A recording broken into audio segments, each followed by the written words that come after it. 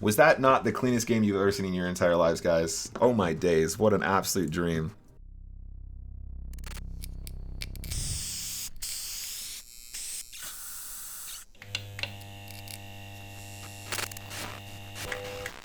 Hello, ladies and gentlemen. Welcome back to the PokerStars Central channel. We are live once again. This is the official PokerStars channel.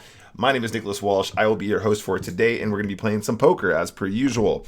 It is Wednesday, which means it's kind of like my favorite day of the week because we get to play the game that I'm best at, and that is Spin Goes. I've been playing Spin Goes for a long time. If you guys are new to the stream, I've got some pretty good results, which we can take a look at in just a minute, and we are going to see if we can't grind out some very strong... what's the word? Consistent gameplay. That's very important in this format. But more importantly, let's see if we can't hit some big multipliers today because it's been a while.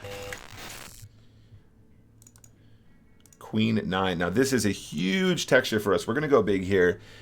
He should have a lot of Jack X, King X, Queen X, 9X when he calls in the small. So we're going to go big and hope that he gets it in with a king. And good luck to us with the two pair. Little bit of range expectation there, guys. A little bit of range awareness does us very well in that situation. If we just sort of default to like a smaller size in that situation, we're probably not going to get as much value on average. When he has top pair, you know, easy jam, easy money. We got two pair, but what I'm saying is that we want to do the same thing in that position to get additional value from the draws that we can punish as well, right? So he has like the perfect setup hand that we get money from, which is great because we've sized up. But we also want to size up to punish the hands that will just flat and not straight jam.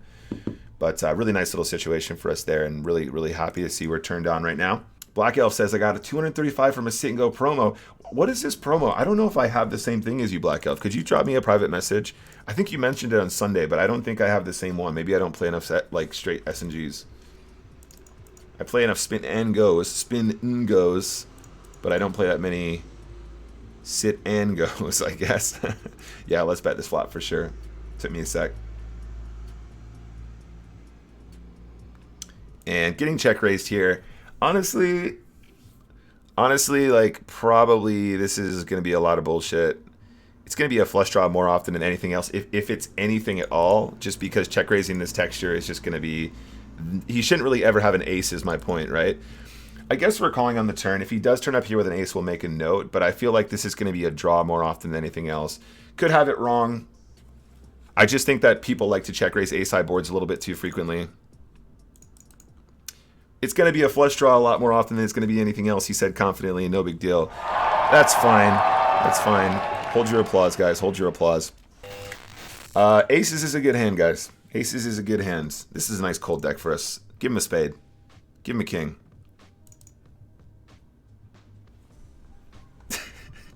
the card whisperer strikes again.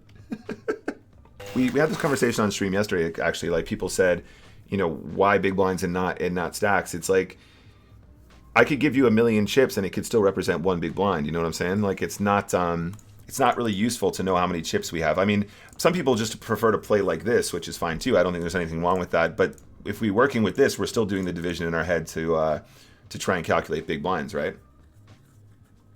Running into queens, not so good, but that's okay. We're literally never, ever, ever getting away from pocket eights in this situation. Plus, we can always river the 8. That's fine. But if you're folding 8s there, you're making a huge mistake. Absolutely massive, in fact. Really, really wrecking people as soon as they showed that they were quite sticky. Straight up jamming Queen 7 suited here is probably okay. For 10 big blinds effective, just ripping Queen 7 is probably okay, but on balance, like, probably not the line that I would take. Queen 7. If you were playing a pure push fold game, I think it's probably fine, but I think GTO is probably to limp Queen 7 suited. Yeah, I'm almost positive. We could look that one up if you guys wanted later on, but I'm pretty sure that that's a limp and not a shove. And I'm definitely getting ace king all in here. Is he going to min raise, call it off with king 3 again? That'd be pretty cool. That'd be a good spot for us.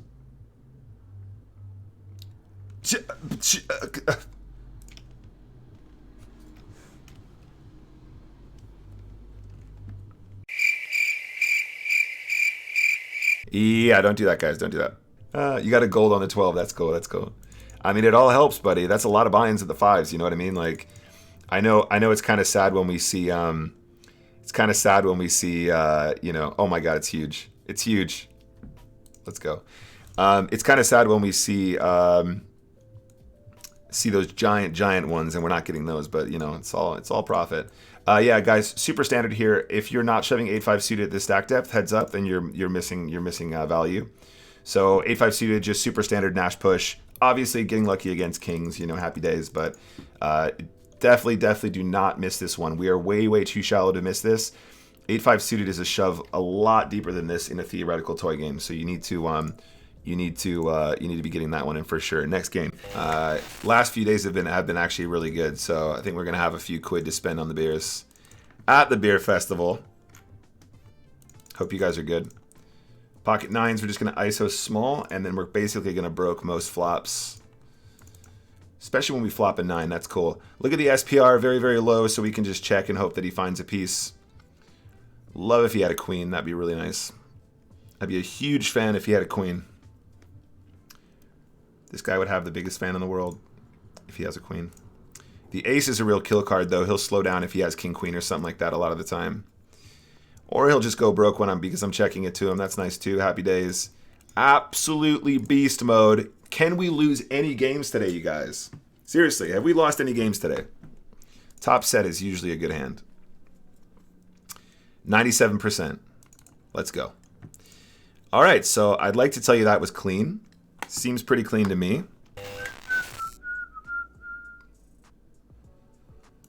Definitely calling queen 3. Seems like he's pretty aggro with the pre-flop raises, which is cool. That's definitely something that we exploit quite effectively. Diamonds are good for me. The 3 gives us more outs, usually. In many cases. We have to call the turn. I mean, not only outs, but the 3 could still just be the best hand if he's the kind of guy that likes to barrel king jack, king queen, queen jack here. So we're looking for a tray, a diamond, or a queen. And that'll do it. We're all in on the river. We have to do it. Wish me luck. Still calls it off. Set of 4s. Absolutely massive for the EV as well there. He just calls it off bad. I would love to get aces all in pre. He's all in. Can you believe it? He's all in. He's actually going to go all in. It's crazy. Got a little bit of action. Oh my God. You guys aren't even ready for how small I'm going to bet on this flop. Is it even possible for him to bet this small? Is this even allowed? Is 3 big blinds even allowed as a c-bet in this situation? He's all in. Yeah, obviously we're going broke here no matter what, really, guys. It's the question is whether or not we want to...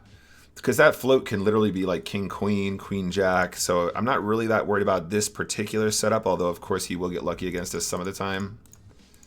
I'm just going to go like this so it's an absolutely ridiculous SPR on the river. That actually could be the card that pays us now if he has any of the king jack king queen combos I was making reference to.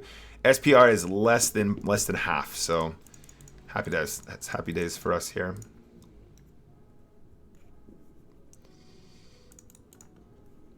Seems good. That seems good to me. Did you like that bet sizing, ladies and gentlemen? Did you like the ultimate exploit bet sizing is the question. You can play poker on one half of the monitor and watch Twitch on the other half. Do I need an extra monitor for it? I mean, for me personally, it's just a comfort thing. Of course you can do that, but you know, you could also get an extra wide one as well. I've seen some people using those. Those are really cool, like ones that wrap around like this. Then you just need the one big one. That's kind of nice. Now, I think on this turn, we're always going to bet again, guys. It seems pretty reasonable. It's just the sort of turn that we would bet as a bluff as well, so keeping it balanced. We will run into some flushes and stuff like that here, but with the Queen of Spades blocker, we're going to do pretty well, I think. I'm the worst combo player in the world. And then we'll rip the river as well. If he has a flush, that's fine. I think we can still get called by 6s and 5s and stuff. If this guy knows us, he'll know that we can barrel the king and then bluff the king down a lot, so he should actually be calling with some smaller pairs quite often. Or he just has king 4 off, you know, that makes sense too. S3D says a good example is your phone probably has more resolution than your big lounge room TV. That was exactly my thought. I remember a friend telling me he had like a 40-inch monitor, and he had basically bought a 40-inch TV, and the resolution was still like HD, and so it wasn't actually a 4K monitor. And that's a classic mistake. Look at his flop. Is this not the most beautiful thing you've ever seen? And you're like, oh my god. Oh my days. Yeah, we're just shipping, right? He's gonna have a lot. He's gonna have like combo draws and stuff like that. We don't want him to have. It's a pretty straightforward shove, in my opinion. He'll never fold a 9 either, which is always nice. This guy's got aces, and he's like, "What do I do?" Let's go. What a dream. Let's go. Give me the money. Give me the money. Give it to me. Thank you for the setup, my friend, my Swedish friend. That was really cool. The full pot fold from Emil is useful. I'll say, let's put it that way. Very, very useful. Thank you for that. Botswana says, it was an ugly spot with the queen. I would try to hope for a check at river, because if he has the king, he still could fear the flush. The thing is, I'm not really ever gonna give him credit for a king in that situation, right? Because we're blocking some combos of king X, so we can immediately sort of like somewhat discount it. He'll have a king sometimes, obviously, but it's not a situation where the king interacts or changes the texture that much. A lot of the combos that like to a lot of the combinations that like to call, a lot of the combinations that like, oh man, what do we do here? I mean, he has a 7 or he has nothing, right? He has a 7, he could still have missed clubs, he could still have missed hearts. He shouldn't really ever have an ace. So he basically has a 7 or he has air. He'll probably have more air than 7, so we have to call. Wish me luck. Yeah. Happy days. Was that not the cleanest game you've ever seen in your entire lives, guys? Oh my days. What an absolute dream. And ace-6 now. This is a really close one. Against this guy who's a perceived reg, I think we limp. I think we're actually meant to limp jam over ISO. Do I know this guy well enough? Honestly, I think it's okay. Honestly, don't know against this guy. All right, we're gonna play it. We're gonna err on the side of caution here. Obviously, when we hit the ace, pretty much gonna go broke here every time, given the SPR is only about 2-ish. So, with our hand being very under-repped as a limp call, I think we just have to call down, because he's gonna try and represent this ace as hard as possible. This is a spot where he's very incentivized to rep the ace, because we've just limp called, and we're just not going to have as much of this as we'd like. So wish me luck, guys. We're always calling. Just don't have a 3. That would be a very sad story. Do we ever get called by worse if we shove here? He could still do it with kings or queens or something like that, but it just feels like probably we're going to value town ourselves. But would he really not shove ace-king on this river for real? Like, does that make any sense at all? So I guess on balance, we're trying to get value from the big pairs here still.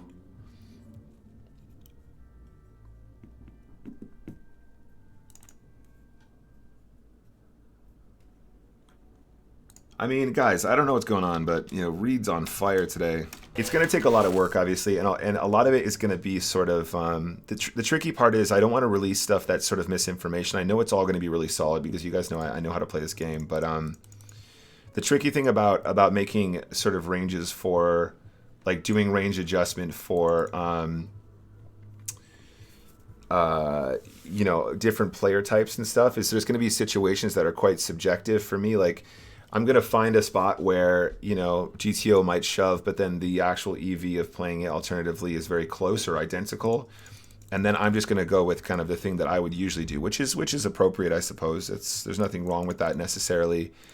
There's nothing wrong with that necessarily, but then, you know, somebody who's actually like a crazy super whiz, you know, could potentially find reasons why that would be incorrect, but that's always the case, isn't it? You know?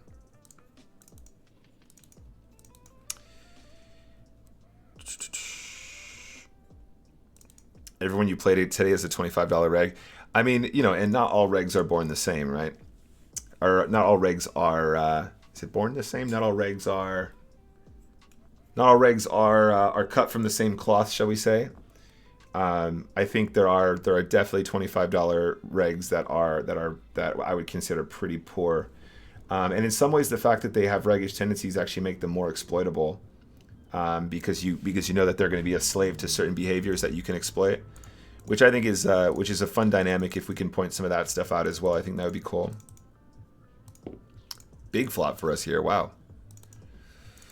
But so far the last two, in particular, knockout seems very solid. But both players seem like good regs. Well, okay. The only one that I would pick out of the bunch was the Jack's hand from Moore's. That did seem a bit funny, didn't it? I'm gonna bet 1 and hope that he raises us not only with a 10 but also as a bluff. It would be kind of weird for us to bet a flush this small, and it's also kind of weird for us to bet a 10 this small. So it's definitely a river where he can try and represent either a 10 or the flush. And if he does actually have the 10, we get the rest. So this is a spot where it's like you actually intentionally size down with a hand that you usually size up with to try and inspire this kind of behavior. And we get it regardless. Let's go. Easy game. Next one. Okay. All right, heads up it is then.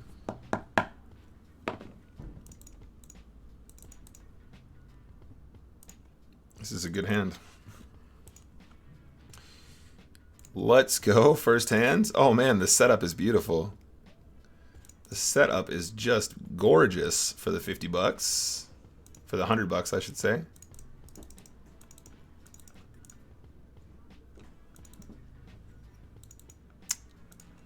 All right, wish me luck, guys. Once we ISO, we've got too much skin in the game. We have to call with Queen Jack. Cold, let's go. No, don't treat me like that. Yeah, if he shoves, we're still calling. So again, it's just one of those spots. The cool thing about Queen Jack in that particular setup is that if we ISO, we can call, and it's got much better playability than a lot of the combos that want to defend. So sad story, but we're going to go broke there. It's just another one of those standard situations we find ourselves in. And obviously it doesn't cost us our tournament life just yet. 8-9 suited for sure going in. Pocket three's got to gamble. Wish me luck, guys. This guy seems pretty proficient here. Heads up. Damn. Come on. Come on now. All right. There you go. GG's. All right. So no good in the 50s. But again, all pretty standard games. I wouldn't really change much about any of that. All right. This is a $100 spin and go, ladies and gentlemen. So this is our last hurrah. I am actually really proud of the way this session has gone. Our actual dollars won, we're just above break even at the moment, but in terms of actual games won, and if we were sticking to just one stake, we would have absolutely blasted this entire day. Let me just take a look at the graph thus far. Let's actually look at the graph before we do anything else. So this is our day in chips. So as you can see, the green line here is the actual number of chips won, and then the orange line is our chips EV adjusted. We're winning 105 chips per game today, which is about double what you can expect from a strong reg. It's extremely strong for our short-term results here. We managed to win 16 of the 35 games we played, so over half of the games that we played under our belt here, which is really good. And in reality, you're probably only going to be winning slightly over 1/3 of the games you play, which would make sense because of course there's 3 people at the table. So if we could sustain, well, first of all, this is our, I don't think we've had a single losing session since we've been playing spins on stream, which is really nice. But I think our results have been very strong throughout. So that's our day in chips. We still obviously have one more game to come. But don't forget, obviously, this is only 35 games in the grand spectrum of things. We need to remember that our long-term results are what matter here. This is our year so far. If you're just joining the stream, we're winning 62 chips per game at the moment this year. And then so far, this... So this was this year, and then last year looked a little something like this. Damn. So yeah, if you guys want to try and make some graphs that look like this, make sure you stick around and you give me a follow and all that good stuff, and I will make sure to look after you guys in kind. I like that. I like this. The battery life on it is really cool too because it's so because you got the neckband on, Okay, fine. You're gonna be like that, PokerStars. That's fine. That's fine. Yeah, so last year's chip EV was 74 chips per game. It wasn't a huge sample, but it was big enough.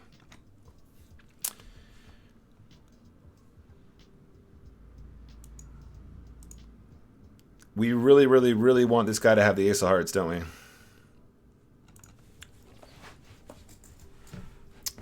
And if he doesn't have the ace of hearts, we'd like him to represent the ace of hearts at least, right? So it's definitely a trap check river.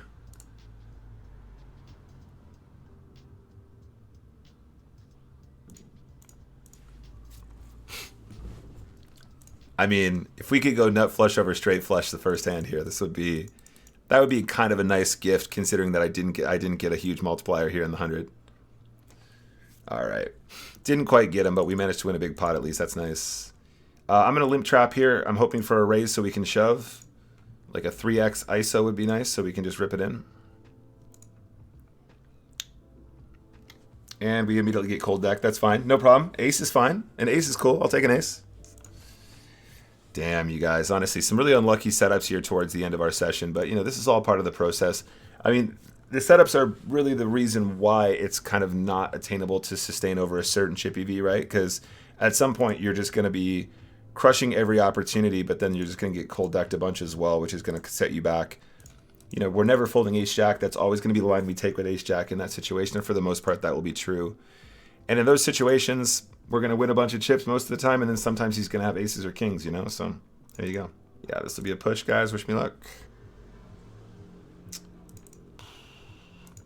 Tough times. Tough times. All right, RIP for us today. And GG's on the session. So, yeah, let's take a look at that.